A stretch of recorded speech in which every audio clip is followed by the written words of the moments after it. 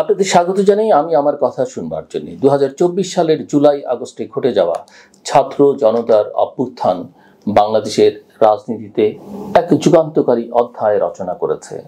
জাতীয় এবং আন্তর্জাতিকভাবে সেটা স্বীকৃত। শেখ হাসিনার দীর্ঘ সময় শাসনের অবসান ঘটিয়ে এই অভ্যুত্থান যে এক নতুন সম্ভাবনার দ্বার উন্মোচন করেছিল সে বিষয়ে কারো মধ্যে কোনো সন্দেহ নেই। কিন্তু অভ্যুত্থানের পরপরই নানা দল, গোষ্ঠী, মত ও প্ল্যাটফর্ম যেভাবে ক্ষমতার কেন্দ্রে আসার প্রতিযোগিতায় নেমেছে তাতে প্রশ্ন উঠেছে, এই গণ অভ্যুত্থান যাকে কেউ কেউ বিপ্লব বলেন আসলেই জনগণের কিনা। শুনতে খারাপ লাগছে, কিন্তু আমি বলছি এটাই বাস্তবতা। শেখ হাসিনার পতনের পথযাত্রায় ছাত্র জনতার ভূমিকা ছিল মূল চালিকা শক্তি, কিন্তু সেই অভ্যুত্থানের অন্তর্গত অংশীদারদের মধ্যেই এখন দেখা যাচ্ছে বিভাজন, আস্থাহীনতা এবং প্রতিযোগিতা। এনসিপি, জামায়াত, গণ অধিকার পরিষদ, হেফাজত, বৈষম্য বিরোধী ছাত্র আন্দোলন কিংবা নতুন গড়ে ওঠা আপ বাংলাদেশ, সবাই আলাদা সুরে কথা বলছে, আলাদা লক্ষ্য আঁকছে। কেউ বলছে নির্বাচন আগে, কেউ বলছে বিচার না হলে নির্বাচন নয়, আবার কেউ কেউ সংস্কারের প্রশ্নে আগ বাড়িয়ে নতুন দাবি তুলছে। এক প্রধান বিরোধী দল যারা একসময় ক্ষমতায় ছিল, সামনে ক্ষমতায় যাবে বলে ধারণা করা হয়, তারা অনেকটা পথহারা, দিশেহারা, দিগ্ভ্রান্ত। অনেক কিছু বলতে চায় গিয়েও বলে না। কোন নেতা তাদের এটাকে কৌশল বলছেন। কি ধরনের কৌশল সেটা বুঝে ওঠা দায়।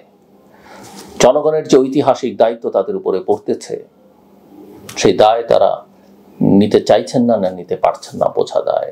আমি বিএনপির কথা বলছি।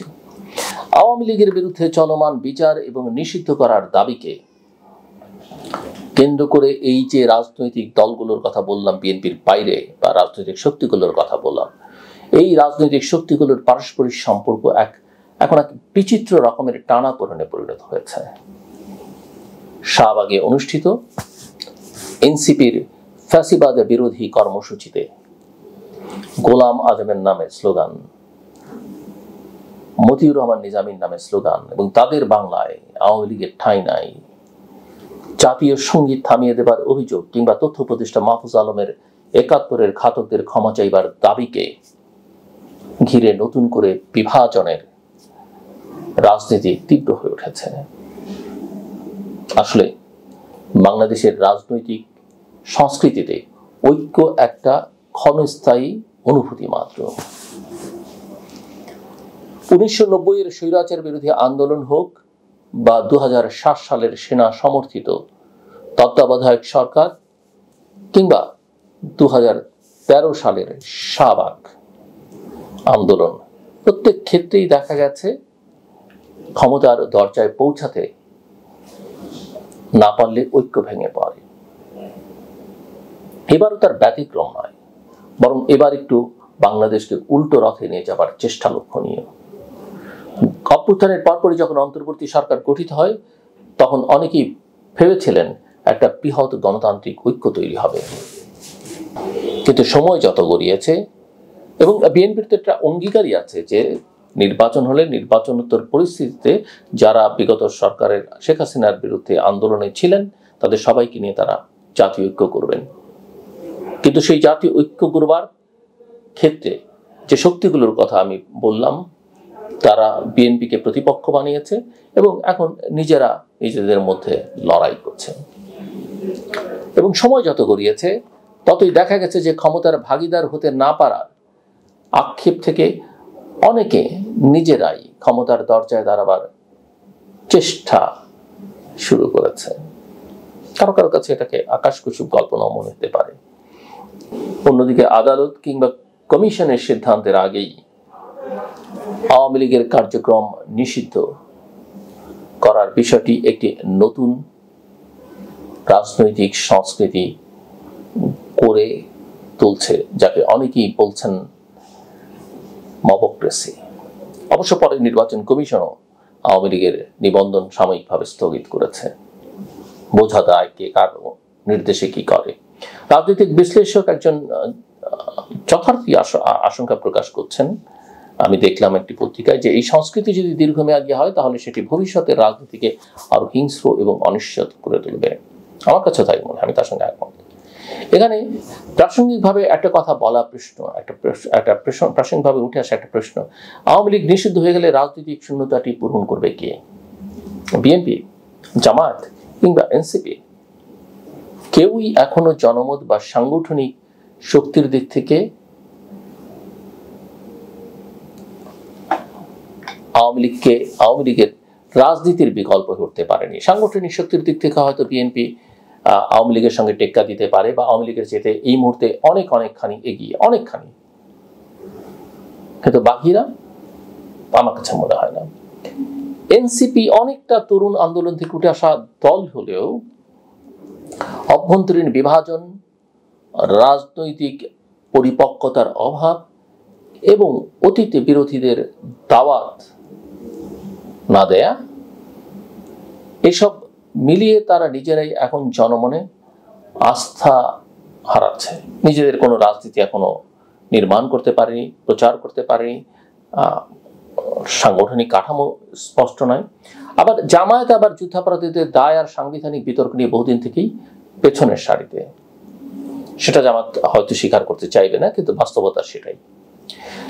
এই জায়গায় বাংলাদেশ জাতীয়তাবাদী দল বিএনপির অবস্থান কিছুটা কৌশলগত হলেও বাস্তবে তারা এক ধরনের ওয়েট অ্যান্ড সি রাজনীতি করছে।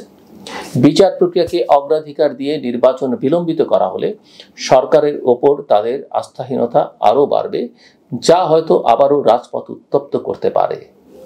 এবং অনেকেই যাদেরকে পছন্দ করছেন না, তারা সেই সময় যখন বিএনপি দেখবে নির্বাচন হচ্ছে না, ক্ষমতায় যাওয়া দুরূহ, তখন তারা মাঠে থাকলে সেই সুযোগে আরো অনেকেই মাঠে নেমে পড়বে।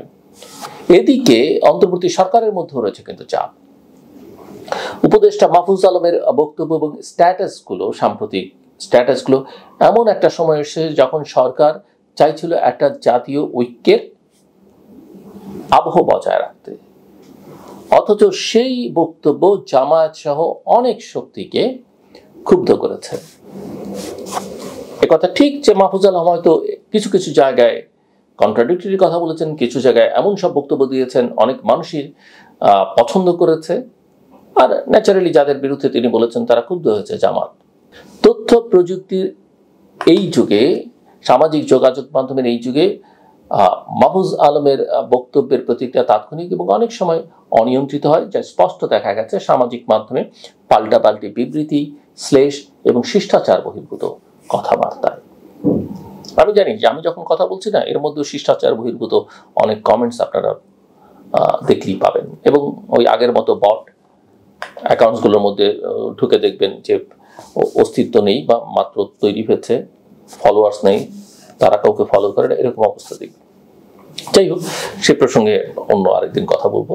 এখানে আরেকটা গুরুত্বপূর্ণ বিষয় হচ্ছে যে আইনি এবং সাংবিধানিক প্রশ্ন।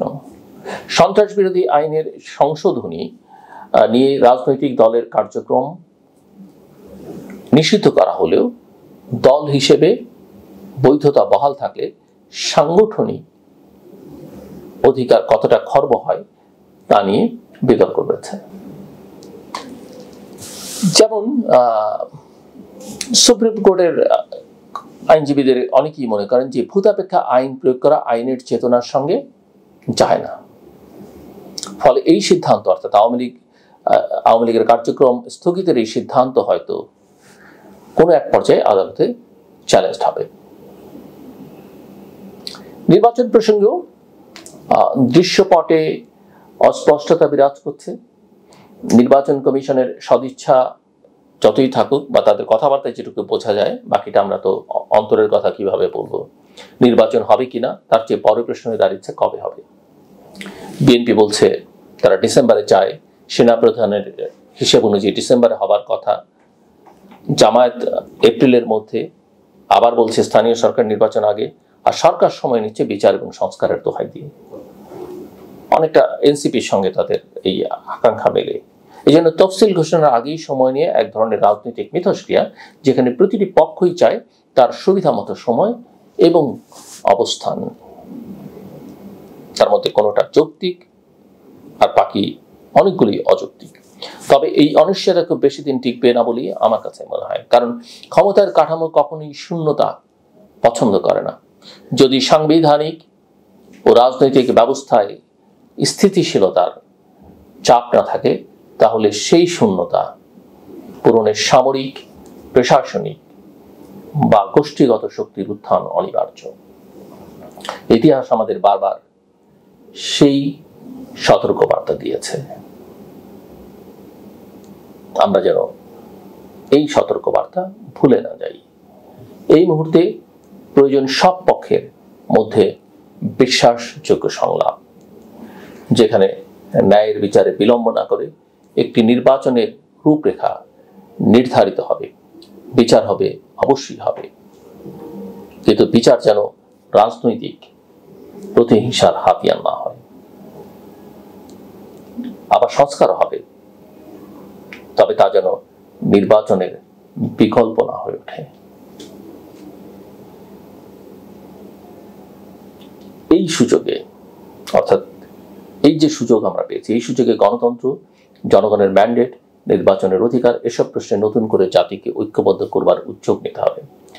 না হলে ইতিহাস আবারও পুনরাবৃত্তি করবে, যেখানে একটি ক্ষমতাচ্যুত দল ফিরে আসবে সংঘাত ও প্রতিশোধের রাজনীতি নিয়ে, আর একটি অনির্বাচিত শক্তি নিজেদের বৈধতা প্রমাণ করতে গিয়ে দমন পীড়নের পথে হাঁটবে।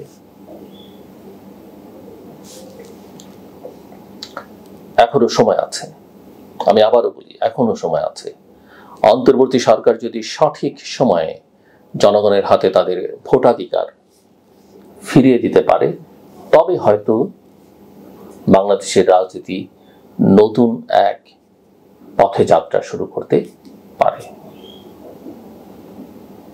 যাত্রা শুরু করতে অন্তত পারবে, যেখানে নিষিদ্ধ নয়, বরং অংশগ্রহণ, গণতন্ত্র এবং জবাবদিহিতাই হবে রাজনীতির মূল ভিত্তি।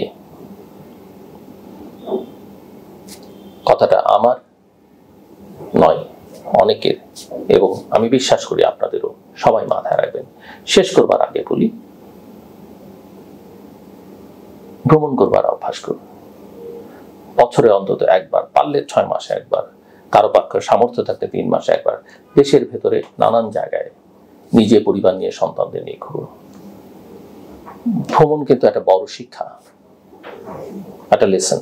আর যাদের সামর্থ্য আছে, দেশের বাইরে অনেক দূরে না হলো কাছাকাছি কোথাও ঘুরতে চান, পরিবারের সঙ্গে সবকিছু দূরে ফেলে রেখে কয়েকটা দিনের জন্য, দেখবেন আপনি ভালো থাকবেন, আপনার পরিবার ভালো থাকবে, নতুন করে নিজেকে রিফ্রেশ করতে পারবেন।